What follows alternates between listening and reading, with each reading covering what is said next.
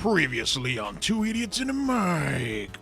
Lewis is very, very, very, very... Yeah, you're gonna be very, very, I can't think of the word. Wow! Lewis just won't stop. I'm not stopping. I'm gonna finish this one, for sure. Not stopping. I'm not stopping. Not stopping until you get all the yarn. Won't stop till I get enough. Marcos talks about the cons. Constructicons, the Insecticons, all the cons. All of the cons. Every con you can imagine, the cons are there. Marcos and Lewis, I don't even know anymore. It's kawaii! It's totally kawaii as fuck. Oh, kawaii desu! Yeah, no.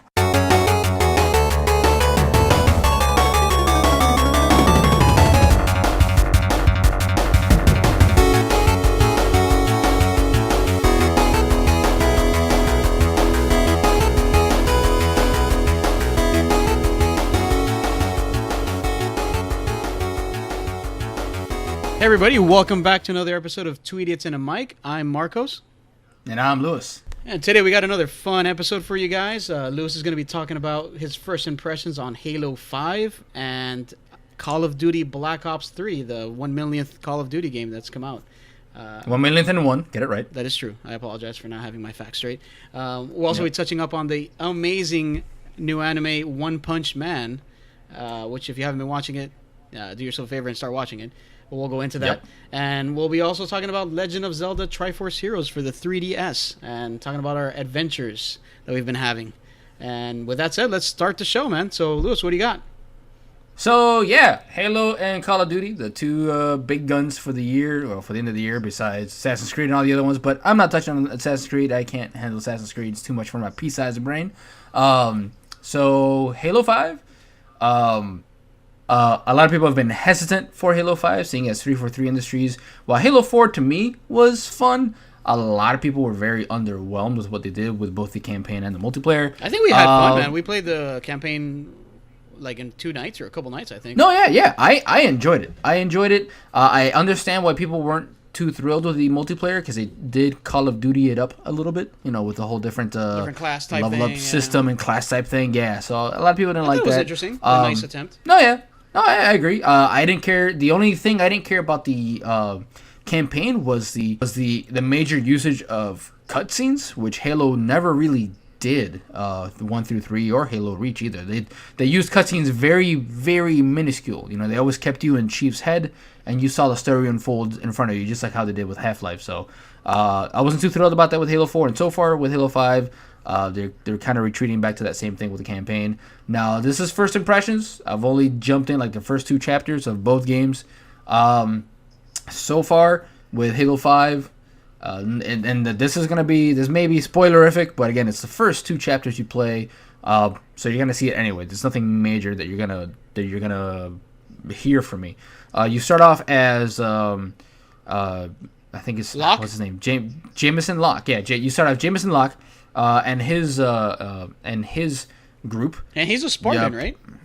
He is a Spartan. He is a generation, if my understanding is correct, he's a Gen 3 or a Gen 4 Spartan. And so far, the pieces that I've gathered, and if you saw the unboxing of the Halo 5 Collector's Editions with myself and Melvin kind of touched up on it a little bit. Excuse me. Where something's happened where the chief is no longer reporting back to the UNSC. So now they consider him kind of like roguish or something like that. At least that's what I gathered out of what I've seen so far. So you and his group you as in Jameson Locke and his group are now out to try and find Chief. You're looking for a signal. You're trying to see what's going on, what he's left behind, so on and so forth, etc., etc. You still got the Covenant in play, and the Prometheans are back in play as far as the enemies. At the end of the first chapter, you then get switched over to Mr. Chief, Master Chief, Mr. Chief, however you want to call him. I prefer Mr. Chief because I like the little comedy rub. But anyway, you're with his group. He now has Senior Chief. With Senior Chief and his group, which now he has a ragtag team of 3 other people. God knows why. Again, if you saw the unboxing, we showed you the entire team and who they are. So is it kind of like people that just believe in whatever he's doing, or just like tagging along, kind of? I can't tell. I guess first chapter. I don't know what these people are. I don't know if they expect us to read the comics and the books that lead up to Halo 5 to know this. I don't know if they're gonna touch on it later on in the game. For a gamer such as myself that would never read the books or the comics, if they don't touch on that, that's pretty shitty of them because I don't know what the fuck just happened. I don't know where these people came from. Master Chief's always been a lone wolf from 1 through 4, so what the fuck, I get you. Okay. But no, he's with this ragtag group. They're out searching for something. Somewhere along the way, they get attacked by Covenant. Something happens where he falls and hits his head, and he has some type of dream about Cortana. Oh, she's still alive. Let's go find her. I want to dream about Cortana. And that's it's a different story. But that's it. That's like your first 2 chapters playing as both Locke and Chief. All right. So since you don't know much about the story yet, just because you haven't played it, what about the gameplay? How's that compare? Or is it still? Because the Halo's always had a pretty smooth, style. It feels very natural. If that makes any sense. Like I remember the first time I played Halo on the Xbox. The first Xbox. It just felt right. And it still does so. It still runs very smooth. To the detractors' point, they really stuck with the Call of Duty control scheme. So unfortunately, that's the default. But for those loyalists, you can go into the options and switch it right back to the standard Halo control style, which is what I ended up doing immediately because it just didn't feel right. But besides that little nonsense, the game feels smooth. It flows like Halo, moves like Halo, feels like Halo, which is a good thing. Visuals? Visually, it looks gorgeous for an Xbox game so far. Looks really, really nice. I don't know if it's running on 1080p or 480p, but yes, that's an Xbox One jab. I know. Boom. I apologize.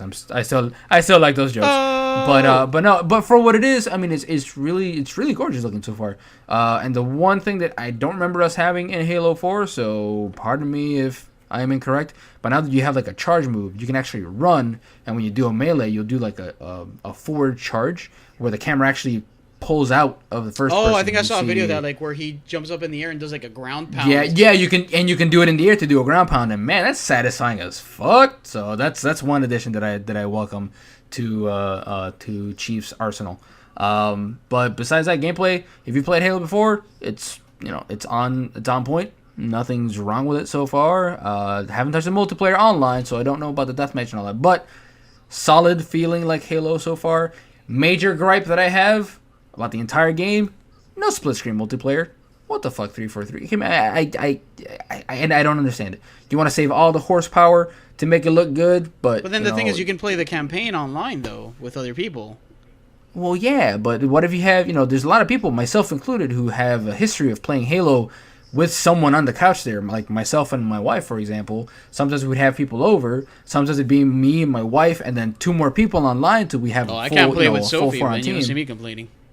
Well, your dog's better than you anyway, so she'd leave you in the dust. That is true. So there you go. That is true. But it sucks. It takes that a little bit away, and it doesn't make sense because any self-respecting game knows that when you do split screen, you actually make a lower poly run in order for it to run. So I mean, I don't get it. It wouldn't have hurt it is a weird the decision. full screen experience. Anyway. I remember that was the first thing you mentioned that you didn't like about it, at least when it was first announced and all the details started coming out. For me, I don't really play much split screen anymore, so it's not. I can see why somebody wouldn't like that, but to me, it's not really a detraction since I'm okay without that feature, to be honest. Because I'd probably be playing with you online, so right. I mean, it doesn't really bother me. So far about the game, I mean, I don't have an Xbox One yet, so while I do want to play it, I don't think it's still kind of like, oh my god, I got to go out there and buy the Xbox One to play this game. Will I get it when it comes out? When I get a system? Absolutely. I definitely want to play it. I've always played all the Halos, enjoyed them. So I'm excited. So that's my notes on Halo 5 so far. Next coming up would be Call of Duty Black Ops 3, or as a cool kid say in town, Blops 3. No. It's COD Blops. Well, COD's a given. COD Blops try. COD Blops the try. The try. But so far, before you even get into it, I'm interested in it. So far, what I've been reading, the campaign is pretty cool. And I think it may result into the fact that now, since they've split up the Call of Duty games to different studios, I think Black Ops 3 has actually been in development for a couple years now, as opposed to the normal 1 year, system that they had. So I'm interested in that, see how that turns out. No. Actually, Call of Duty has always had a 2-year dev cycle. Always has. Really? It's just that. Yeah, it's just that since we see it every year, we tend to forget. But I think this one had a that it takes 2 3-year years. Cycle though, a 3-year gap, if I'm not mistaken. Could be. I couldn't tell you one way or the other. All I know is that it has at least its minimum 2-year development cycle. I know Ravensoft had a hand in helping Treyarch with the game. I think in some multiplayer aspects of it. But in full disclosure, I am not a Call of Duty fan anymore. I haven't been for quite a while. In fact, the last Call of Duty that I enjoyed was Modern Warfare 2, and I only jumped into Modern Warfare 3 for the sole purpose of finishing the damn campaign story. Because unlike many of you out there, I started Call of Duty when it originally came out on PC. At that point, multiplayer wasn't that big of a thing, and it was about the amazing set pieces that it made, following in the footsteps of like things like Half-Life, where all these cutscenes happened as you were within the, playing the character. Yeah, it's like in-game, cutscenes. First-person storytelling. You're there as it happens. So that was always a draw for me with Call of Duty. And then once it grew big, once Call of Duty 2 hit on the Xbox 360 and exploded when Modern Warfare came out, the rest is history. But after the whole fallout with Activision and Infinity War, that left a really salty taste in my mouth. I didn't care for Activision. I got all personal butthurt. Say what you will, but I stayed away from them and a lot of things that Activision has done. Skip ahead to last year, where Advanced Warfighter. I'm sorry. I don't mean. I do apologize to Activision and the rest of the Call of Duty team. Warfighter was terrible. Medal of Honor doesn't exist anymore for that reason.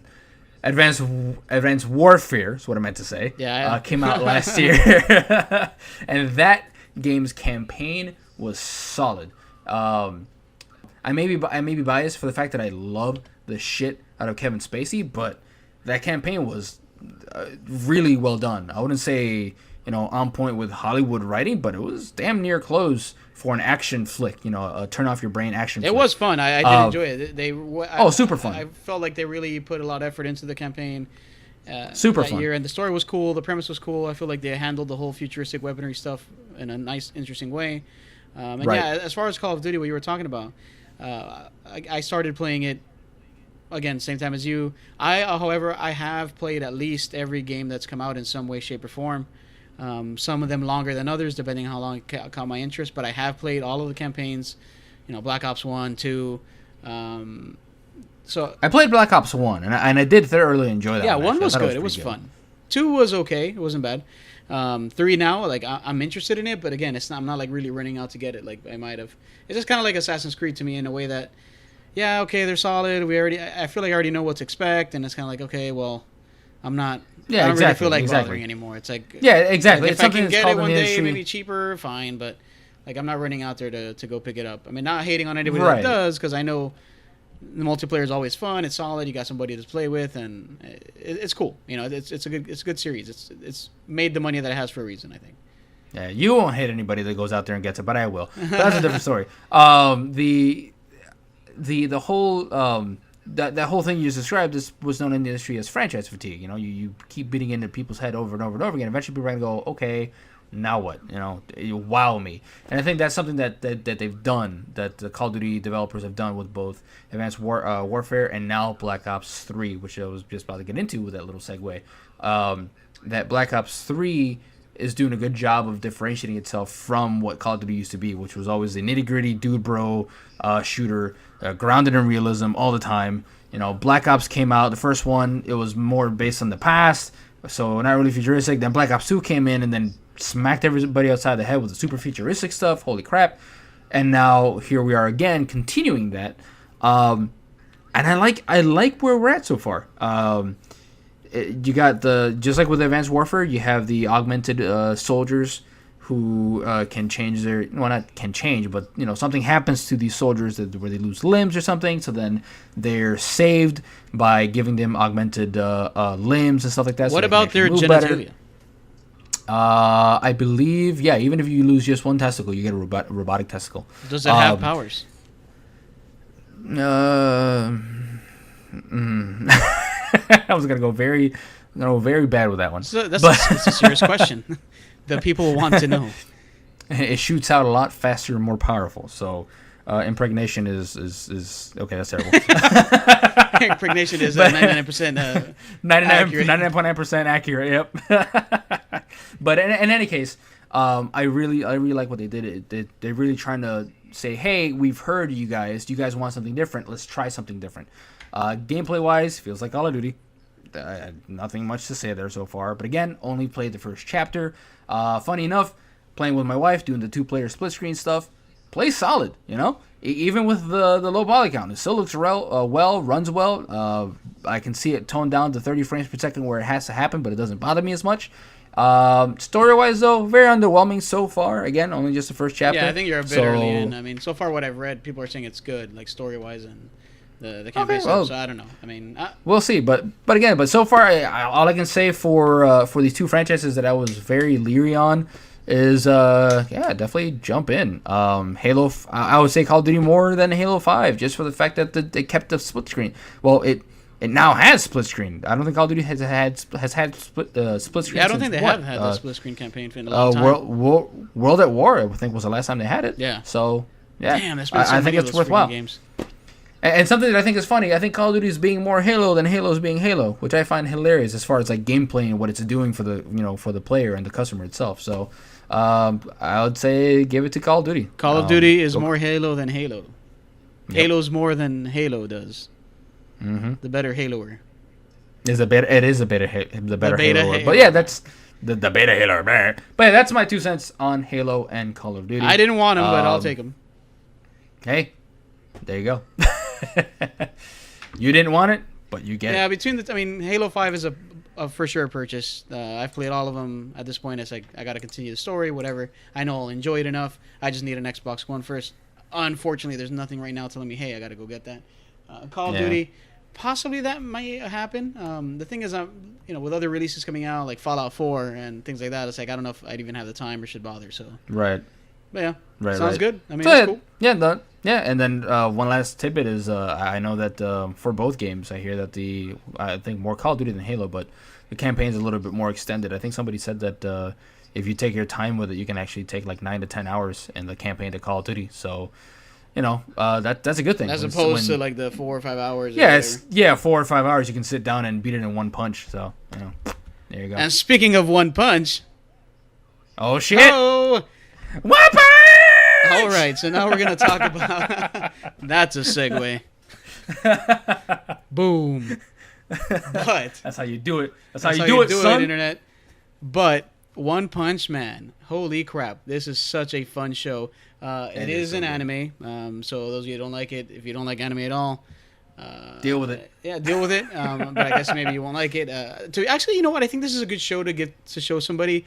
A show to present to someone that may not be into anime and just like silly fun things. This show is ridiculous. To touch on that, the reason why is because while it's a great anime, it's also an anime that makes fun of its tropes. So those who always have those negative feelings about anime, can say, oh, it does this. Oh, it always tries to be too serious. Well, here's your answer. I think. I agree. So OnePunchMan tells a story of Saitama, which is I think he was a regular business class man in the beginning, right? Or no? He was just a regular salaryman. Very bored with his life. Kind of living just day-to-day thing and just the same old thing every day. Not really interested in anything. The shit's not really going or getting any better for him, so he's kind of just bored with things. Yeah, more or less. And then, one day, he comes across this little kid that's his life is threatened by this huge crab-like man who's about to freaking chop him in half or whatever. Well, it's not even him. Like the crab is gonna attack a kid because the crab is looking for a boy. I don't know if that's different in the manga because I know you read a lot of the manga, but the crab is just huge, mutant-looking crab. I think wearing underwear actually. with human legs and tidy whities. Yeah, and this crab is just like really pissed off, and he's looking for a kid, like a kid with a butt chin or a chin, a big chin. And the reason why, because the kid drew on the crab while he was sleeping. And now he's really mad, and he wants to pretty much kill this kid. So Saitama pretty much ends up running into him in the park, if I'm not mistaken, when the crab finds him. And that's kind of like where he gets into his first fight. And I mean, he pretty much gets his ass kicked for the most part. Ends up, beating this crab, and in a very gory manner, by the way. Which is great. Love that. And from that point on, like, I think it cuts forward, and it's 3 years later. 3 years later, and then you have OnePunchMan. It's Saitama. He is now bald with a very decrepit look on his face. He just looks very meh. He was very meh, bored with his life. The thing is, now it's funny because he's bored again, because now somehow within these 3 years he has reached a point of physical power that he literally finishes enemies or combatants in one punch, hence where the OnePunchMan name comes from. Yep. And it's just hilarious because now he's so damn strong that nobody can even get close to him, and he's just bored. Nope. He just wants combat. He wants somebody to give him a challenge finally, So that's what he's going after, and he's a hero. He just goes out on his daily thing, wearing like the worst costume ever. This is like horribly drab yellow like bodysuit with a one-piece suit, with red, with a red cape, red cape, red gloves and boots, and they're just bald dude with like stupid like look on his face the whole time, but he's just ridiculously strong, and that's pretty much the premise of it. He's just looking for that person or somebody that'll give him finally a challenge. Yep. I mean, and it's not that he can just destroy people with one punch, hence the name, but he could he's do just that, ridiculous certain times. Well, he can and does every single time, but that's not the only thing about him, though. He didn't just gain strength in like one hand or both hands. And he's just strong. He's just a fucking. He's strong. He's got super speed.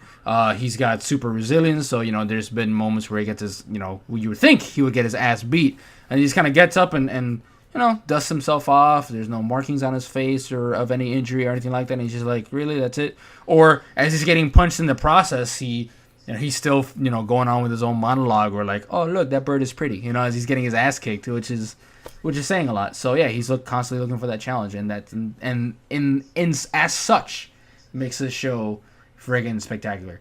So yeah, like you alluded to, this actually originally started as a webcomic in 2009.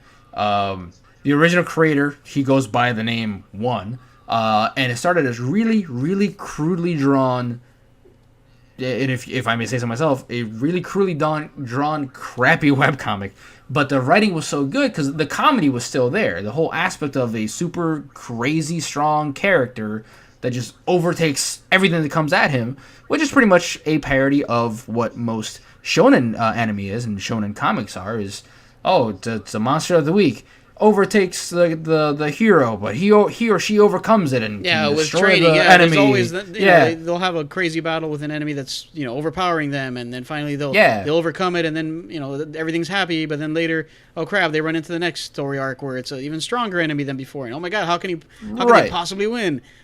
Right. Exactly, but he just wins all the time. Now he wins. Right, exactly. He just wins all the time. He's to the point where he doesn't need any more training. He's at that point where like, they're just going to come at me and I'm going to win anyway because I'm fucking OnePunchMan. I did my amazing training to get to this point. So it's making fun of that, It's making fun of that character at tip-top shape at all time, and this is pretty much what you're expecting. Every time you have this build-up of a comic, he's going to come in and go like, yeah, well, you know what? Fuck you, and then punches the bad guy, and that's the best thing, though, is like every enemy that he's faced so far, they set up the enemy in such an interesting way and kind of like getting you hyped, like, man, this may be the person that takes out OnePunchMan. And, and they're like, nope. Spoiler, no, sorry, but no, he doesn't. And it's just hilarious. And let me tell you, though, the animation is beautiful, man, during the fight sequences. It is. Holy crap. And the cast so far is pretty amazing. You got the cyborg Genos, who ends up meeting him up in episode 2. They kind of like run, cross paths while a wasp enemy, I think it was a wasp, ends up attacking the city, and Saitama just kind of gets caught in the middle of it, and the Genos, which is the cyborg dude, he's kind of just been chasing this this monster, for a while through the forest, through just, a long distance, finally gets to the city. Genos is facing off with the Wasp. The Wasp is still a bit stronger. Here comes fucking bald dude, looks like crap. He's not really muscular or anything, and he ends up just destroying this Wasp. Now Genos is kind of like, holy crap, I need to be your disciple. Please train me. Yep. And the funny thing too with Genos is he's being made off to be he is anime. Genos is anime. He's an overly serious, emo-looking guy. Serious. He has a backstory of like, I want revenge, and I'm learning to fight and get better just for the fact of stop the other honor cyborg. and stop the other cyborgs and all that shit. And here you have Saitama going like, oh, I really didn't need to know all that. I guess I'll train you. I don't really want to train you. That was one of the funniest moments, man. Like Genos is giving like a long speech about how he suffered and everything that he had to go through, and then finally out of nowhere, like it cuts to Saitama, and he's just like, "What? I mean, you're still talking? Crap, like like I really did. Yeah, like you said, I don't really need to know any of this crap." Yeah, no. So I mean, that's your premise. You have the thing that's making fun of all this, and then you have the other character, which is the epitome of everything that's being made fun of. Just kind of mesh it together, and you have two extremes. And then you have Genos, who's pretty much there to just do all the exposition, while Saitama sitting on the background going, "What? Oh, he's just so strong. He's definitely the humor, and Genos is more serious. But then the fact that he's so serious plays off so well with Saitama, who just doesn't give a shit. Like he's like so bored, basically. Right. Yeah. Without Genos, we actually don't have a story, and we would just have a show of Saitama every week, just battling another hyped up bad guy to just get destroyed in one punch. That's kind of cool. The magic of the show. The fact if you would tell somebody like, "Hey, man, there's a show I'm watching. It's about this dude who, he just pretty much finishes enemies, or he can finish them in one shot or very easily. Like nobody can beat him, and he can't find it. Like that sounds kind of boring. It's like, okay, well, how far can this show go? But holy crap, they're doing a great job of like maintaining the story and keeping you entertained, and then the build up and just the hilariousness of the hilarity of the stupid ridiculous enemy monsters that he faces and the situations that they get involved in and just like building up to the fight, and then the humor, and then the amazingly drawn action, and it's just awesome, man. It's such a fun show, man. If you enjoy humor and action like One Punch Man, you gotta check it out. At least that anime. You have to. I mean, and you can do the anime, you can do the manga. I believe it's in Shonen Jump, and I think it's an even weekly Shonen Jump. Yeah, eventually got a digital remake for Shonen Jump. Yep. Well, here's what happened. To give you a quick rundown. The webcomic got so popular, it got into like the millions and millions and millions of hits. Weekly Shonen pretty much picked up on this and said, "Hey, I would like to extend my my hand and redraw this whole thing and get you printed and get you money." And he's like, "All right." And now we have the official manga that's been running through on Weekly Shonen, and actually has its own volumes now too. It's actually own manga. I think it's up to 9 volumes at this point. That's fantastic. Oh yeah, so it's literally a really cool amateurish comic come to life. And if you try to go back and find his webcomics, like I said, it starts off really crudely, and he slowly gets better. But I mean, it's not until the Yusuke Murata, I believe, is who takes hold of the show. Yeah, he did the remake of the manga. I mean, my bad. And it just, oh my god, amazing.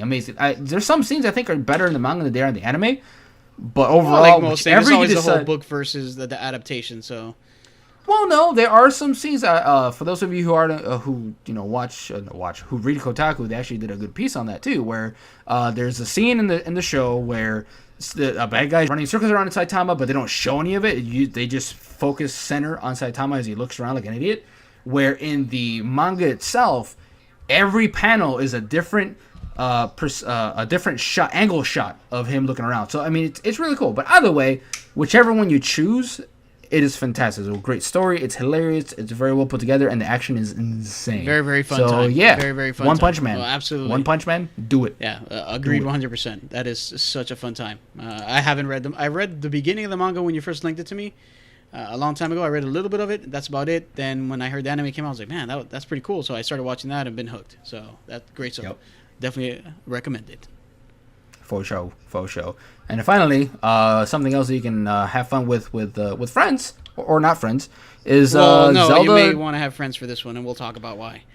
Well, yeah, but you just gotta give it the credit where it's due. You're able to. Well, you may not have as much fun as we're having, but Zelda Triforce Heroes for the 3DS, really fun game, and I'll let you touch on why, because I think you're having a little bit more fun with it than I am. I'm still enjoying it, but I think you're gushing more at it than I am. Oh yeah, the game is basically multiplayer Zelda. So think a few years back when they released that Four Swords game that was the four links, the different colors, and they had to kind of work together to solve puzzles.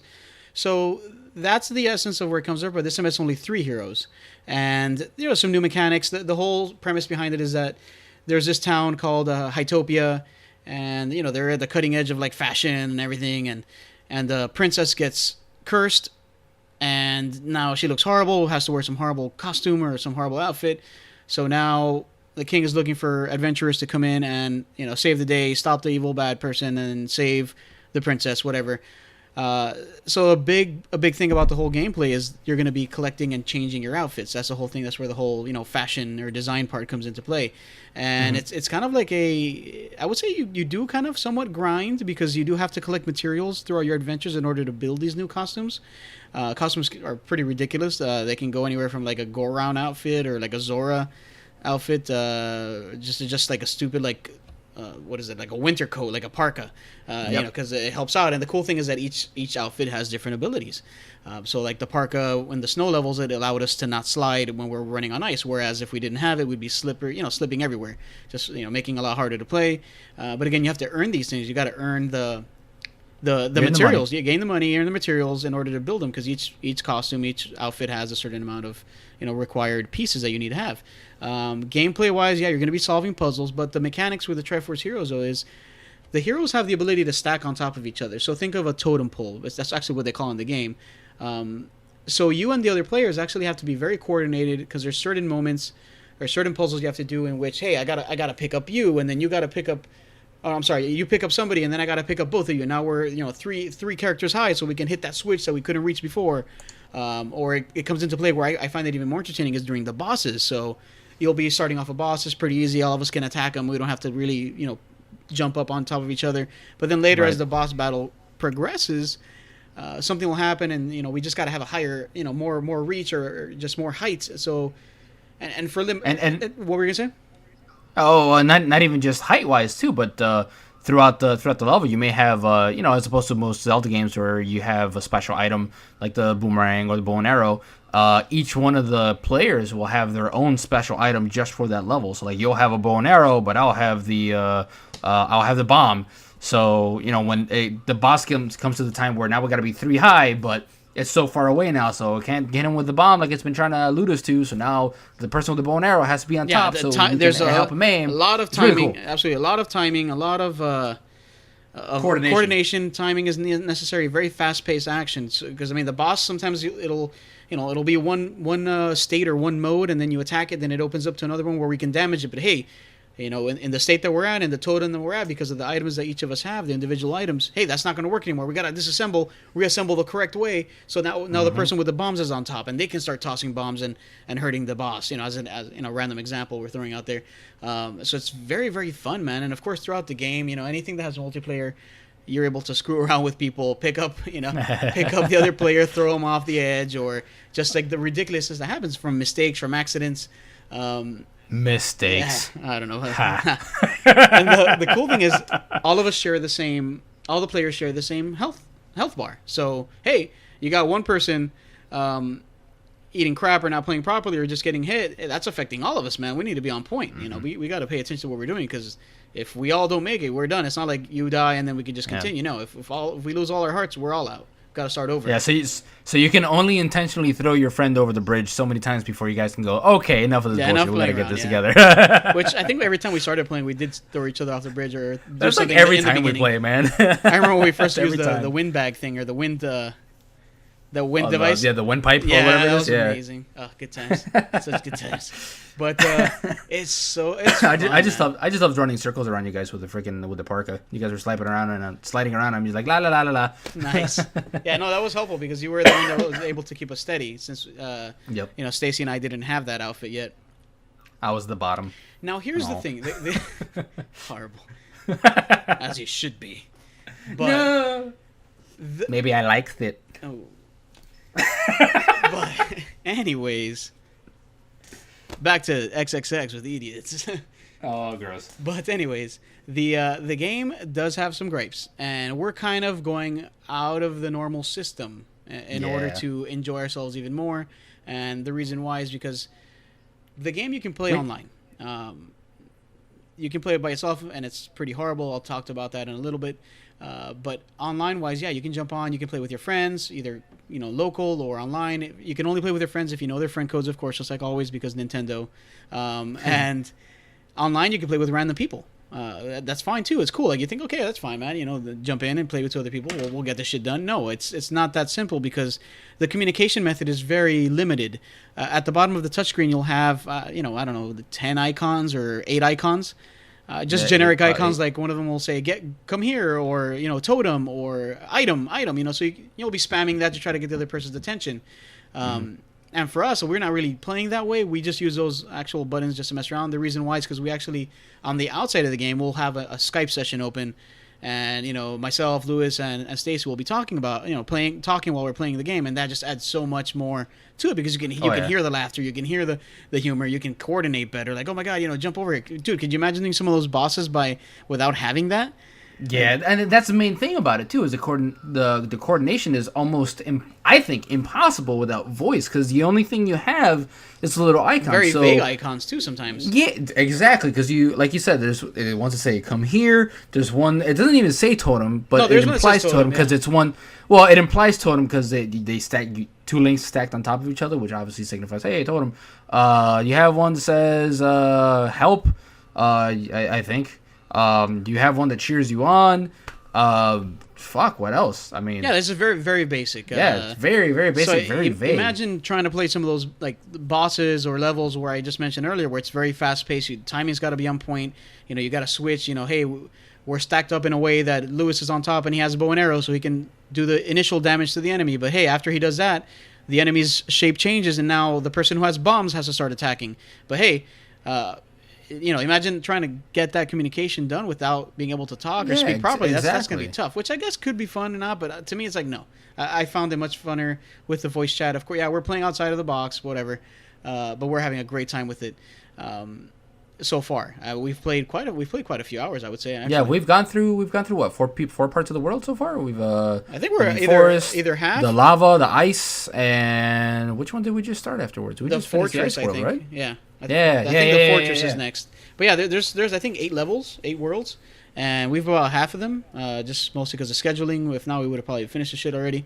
Yeah, because we started on this thing hardcore. We like freaking every night. We play a few hours every night, and it's fun, man. It's very fast paced. It's quick. It's good tidbits. Like each world has 4 small levels in it.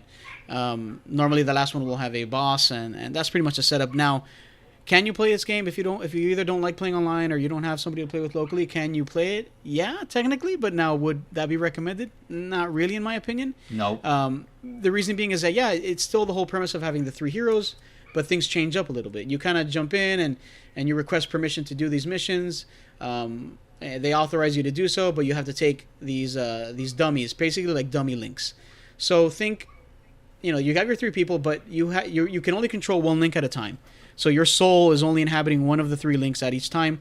Now, what does that mean? That means that when you're not the other links, they're just literally dummies standing there, static in that same position. They're not doing anything until you switch to them. So imagine trying to do these bosses or these moments where you just have to be quick, on point, switching between all 3 links because you need them to be a certain way. Like, oh my god, I need to stack up this link. I got to switch. I mean, is it doable? Yeah, because I did play a bit of the single player. Now, is that the best way? No. Like, the only way I would play that is just to maybe collect items outside of our session that you and I are playing.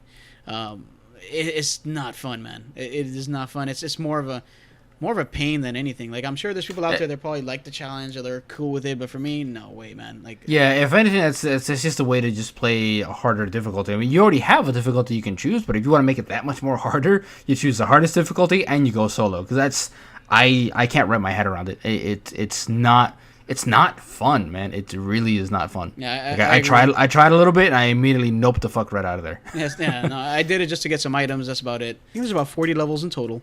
But when you finish a level, you can move on and go to the next one if you want. But if you ever want to replay it, you can jump back into it. But now, that same level that you just finished, now when you replay it, you have 4 modifiers that are available.